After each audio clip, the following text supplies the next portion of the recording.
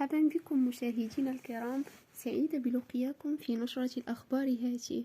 قبل ما نبداو ما تنسوش الإعجاب بالفيديو والاشتراك في القناة باش توصلوا بجديد أخبارنا المغربية. إليكم التفاصيل. تفاعل الحسين اليماني الكاتب العام للنقابة الوطنية للبترول والغاز التابعة للكونفدرالية الديمقراطية للشغل مع جواب وزيرة الاقتصاد والمالية نادية فتاح العلوي بأن ارتفاع كلفة التوزيع جراء ارتفاع أسعار الغازوال من بين أسباب الزيادة في ثمن الحليب.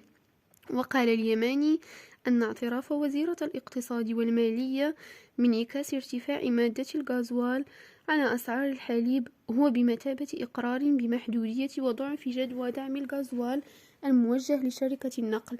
وأضاف في تصريح أن المغاربة اليوم ضحية للتداعيات المباشرة لغلاء الأسعار المازوت والبنزين، وللتداعيات الغير المباشرة بسبب ارتفاع كلفة الإنتاج والتوزيع للعديد من المواد الأساسية الاستهلاكية. وضع يطرح بحسب المتحدث عن الحكومة التعاطي الجدي مع الارتفاع المتواصل لأسعار المحروقات من خلال الرجوع لتسقيف وتنظيم أسعار المحروقات حسب ما يناسب القدرة التنافسية للمقاولة وما يحمي القدرة الشرائية للمواطنين من التآكل المستمر واسترجاع الأرباح الفاحشة التي جمعتها شركات التوزيع منذ تاريخ تحرير الأعمال لثمن المحروقات.